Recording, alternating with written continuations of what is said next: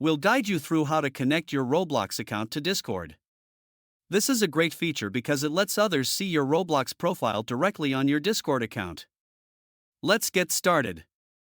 First, open Discord on your computer. Now, click on the settings icon in the bottom left corner next to your username. From the left-hand side, select Connections.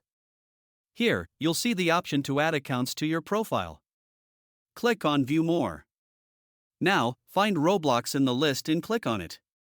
This will open a new browser window. Log into your Roblox account if you're not already signed in.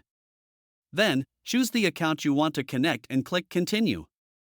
Review the permissions, then scroll down and click Authorize or Confirm to give access.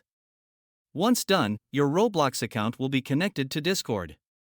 Now, when you check your Discord profile, your Roblox account will appear there. And that's it. If you find this useful, then consider subscribing and liking the video.